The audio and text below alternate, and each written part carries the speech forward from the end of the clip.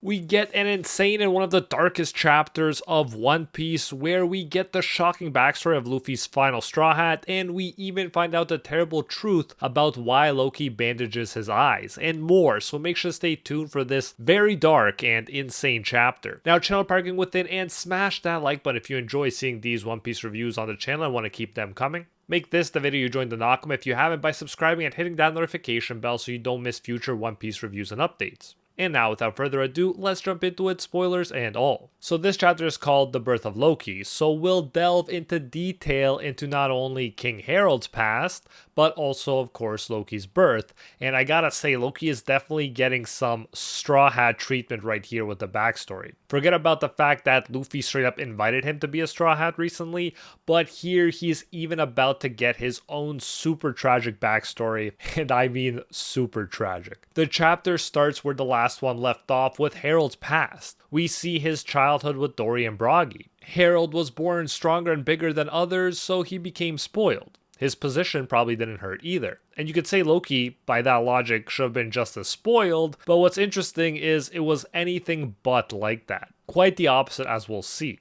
One day, Harold saw a female giant named Ida. It looked like she was captured and was being used as a circus show in one human town. Harold was furious, thinking people are making a mockery out of giants. He destroyed the town and released her. Ida had freckles on her face and thick lips and a ponytail. She's notably different from the way Oda usually draws women. After he rescued her, Ida asks Harold, "Who are you?" And Harold, of course, thinks he's the knight in shining armor about to be thanked by the former damsel in distress. He says, "Oh, no need for thanks. I am the king of Elbaf after all. Can't let them make fun of my homeland." And then we get one of the funniest moments ever. Just when you think she's super grateful and gonna maybe gush all over him, while Harold is super smug and everything, she suddenly slaps Giant's face hard. Chi-Chi vibes coming from her for sure. Harold is shocked and makes a hilarious expression. I'm sure that he's conflicted here because I'm sure part of him loves the fact that she's completely unaffected by his status and treating him like no one else does. She definitely has some Luffy energy with her complete disregard for status. The reason she slapped him is that she was actually saved by the humans of the town when she was shipwrecked.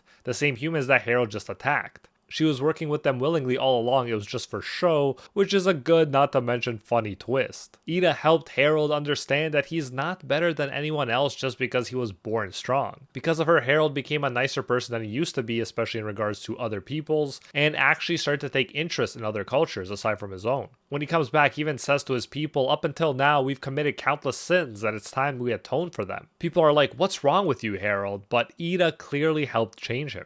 It's a complete 180 from the beginning, where he was described as an arrogant and unruly rogue that no one could rein in. Before, he was looking down on others because everyone outside of Elbaf was pathetically weak and puny, to use his own words. But Ida in his travels changed that. He now says as king he intends to frequently travel overseas and hopes to extend a hand of reconciliation to their neighbors and learn from their cultures. He believes this way, as he says, our land can become more prosperous if we learn from the world. When asked about if they could keep their warrior ways, Harold says we may have to reconsider some traditions if other countries feel threatened. Whether or not you agree with his approach, he does seem to be a nicer person now, and he seems to be trying to do the right thing. Harold ends up bringing Ida back to Elbaf, and he actually wants to marry her. But the giant elders forbid it because she doesn't have Elbaf blood. We'll get back to that and who he actually marries in a bit, but we went through this before and why Hiruden is looked down upon in a way.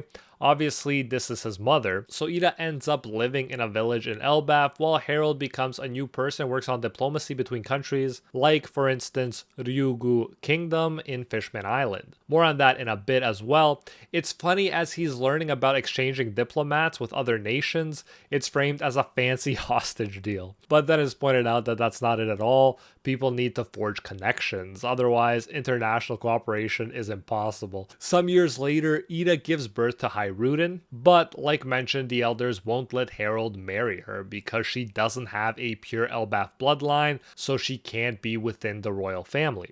Harold is really frustrated by this, saying, "Damn it, forgive me," to Ida. While Ida is the one that seems to be upbeat about the whole thing, seemingly understanding of the cultural ways of Elbaf. It seems to me And correct me if I'm wrong, or if this is actually an inconsistency for you too. But it seems like with all the stuff Harold is changing, he could have changed the marriage laws too. But ironically, him becoming less warrior like might have actually made him less likely to do as he wishes than before. Hear me out. The guy we met at the beginning of the chapter doesn't seem like someone who could be swayed if he wanted something his way. I literally said no one could control him or reign over him. But now he seems more about being tolerant of cultures, including Elbaf's in this case, and diplomacy despite how he actually feels. The elders arrange it so that Harold marries Estrida, who has the noble blood of ancient giants and comes from an important family, which might be what leads to Loki's unique abilities, but more on that in a bit. So as it turns out, the elders did not make the right call at all because Estrida turns out to be an absolute nightmare. The only good thing that comes out of that relationship is of course Loki, because I love that dude, but she is horrible. Estrida says, I was born in the alcohol village in the northern lands, and I have been studying Defeng, aka another translation calls it Earth Wind Arts, which seems to be the One Piece equivalent of feng shui, the practice of arranging spaces to create harmony and balance. She says to Harold, I have seen that I am destined to be loved and cherished by your majesty. Please forget about that girl from the east and the child. And Harold, not being an emotionless robot, says, no, I can't really do that. Now, Estrida is a traditionally more attractive woman than Ida. They make that clear. She's very beautiful and dressed in dancer clothes, kind of like Nami and Vivi in Alabasta. She is obsessed with the earth wind arts, like we mentioned, and works on opening and closing windows and changing furniture in the castle. She even says that a mirror is positioned in a lethal 5-star configuration, whatever that means, so dispose of it. This annoyingness is clearly foreshadowing that she will turn out to be an absolute monster. She's very superstitious, even introducing Harold to Asura, the horse of good fortune. It's a gift from her family, and to quote her, sure to bring you good fortune. It even has 8 legs on top of being huge. And now, I don't know about you, but I wouldn't consider what happens to Harold being good fortune, but more on that later. On top of that, she loves extravagance and indulgence for herself, that is. She wants all the jewels and gold in her room and says they will only eat on silver plates from now on. It's portrayed as Harold being busy working on the greater good during this time, so maybe that's how he made it through this whole thing. We see him showing Elbaf navigation to other countries since 70-ish years ago. Rough seas made it difficult to travel between islands. It wasn't as common and as easy as it is in the present day. We see him talking about the fishmen and about mermaids and people who carry the blood of the sea. He speaks of a prince being born there by the name of Neptune, someone we have met. He impresses everyone by saying it wasn't just fishmen and mermen around, but sea creatures themselves were coming together in jubilation. Despite Harold wanting to be with Ida, clearly, he does get Estrida pregnant and she gives birth 63 years ago. Harold's overseas at the time, seems to have been overseas a lot in this time period, maybe to get away from the queen in part at least. Estrida gives birth to Loki, but Loki ends up having demonic eyes that look like the eyes of Sauron from Lord of the Rings. Even more demonic than Emu's eyes even. We'll see. This might be an ancient giant thing going on or some other race. He also has the horns to complete the demonic image, but that's not special to him because we know that Harold has horns too since it's part of that ancient giant blood.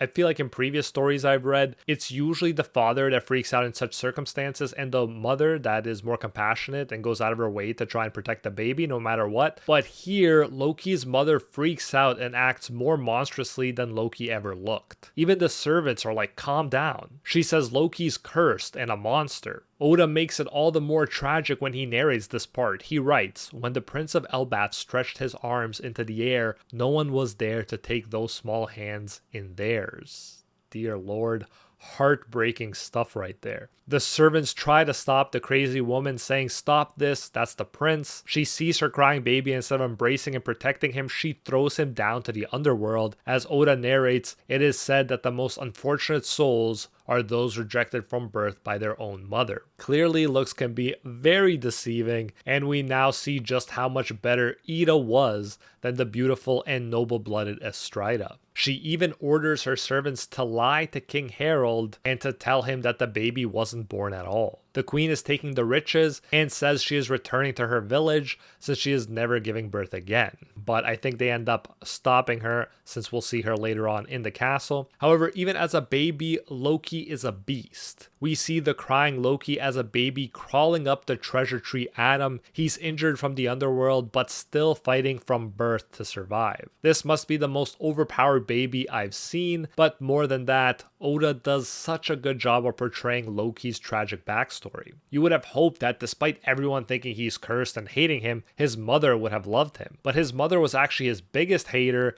and tried to erase him and his existence. She's probably the one that most promoted that Loki's a curse narrative among the people. The person that should love him most and protect him most couldn't even look at him and tried to end him. How can you not love this guy who doesn't complain and puts on a tough front despite everything he's been through? And he still wants to save Elbaf. It's crazy. Props to Oda for making the official prince and heir of a king the most unspoiled kid ever. I mean, this is a masterclass of what he's doing here. And one would hope that these special eyes come with their own epic powers as well that we will learn about sooner or later. I'm really hoping that there's a benefit to the suffering he's experienced for the eyes. I hope he's hiding them in part to nerf himself, but he also might be trying to avoid the reaction from people that his mom had when she saw him, because that was probably traumatizing if he remembers. We see Estrida in the castle, Harold traveling, and Ida and Hyruden in the giant village while the narrator speaks, and Hyruden doesn't know how good he had it not being the official son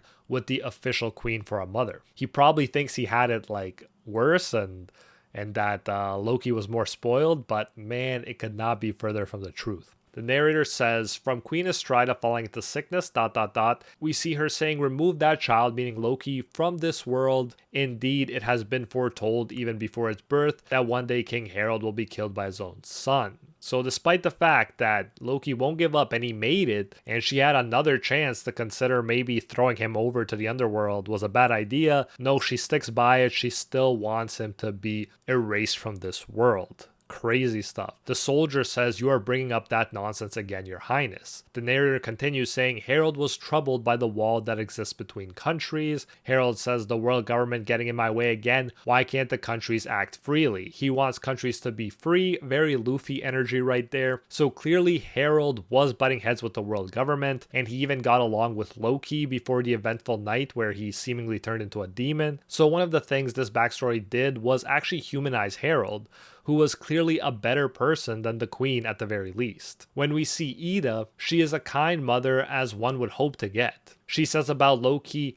he's your little brother, isn't he? Wouldn't it be wonderful to meet him? Oh, the baby with a heart. She's nicer to Loki than his own mother, despite clearly being in a situation where most people would be jealous. She's almost saintly with her behavior and her position. Hyruden says, he's not my brother. He's not mommy's kid. And Ida says lovingly, everything you say is cute, even when you say such awful things, and gives him a big kiss. Who would have thought that the unofficial son would get such better treatment? The narrator continues saying every disaster that befalls Elbaf from these moments onward is now credited as part of Loki's curse. So he's pretty much a scapegoat for literally anything, becoming a target for all of people's negative emotions. Wow. Can't wait for Loki to get a happy ending here, because so far my dude has suffered way too much. I mean, it's up there with some of the most suffering One Piece characters for sure. We got a break next week, but let me know how you like this chapter and what you're most looking forward to seeing next when we get back. Do you agree with me that Loki will be the final Straw Hat? Let me know in the comments. If you enjoyed this video, you don't want to miss this one on screen right now that YouTube says you'll like and subscribe for more, and I'll see you in the next one.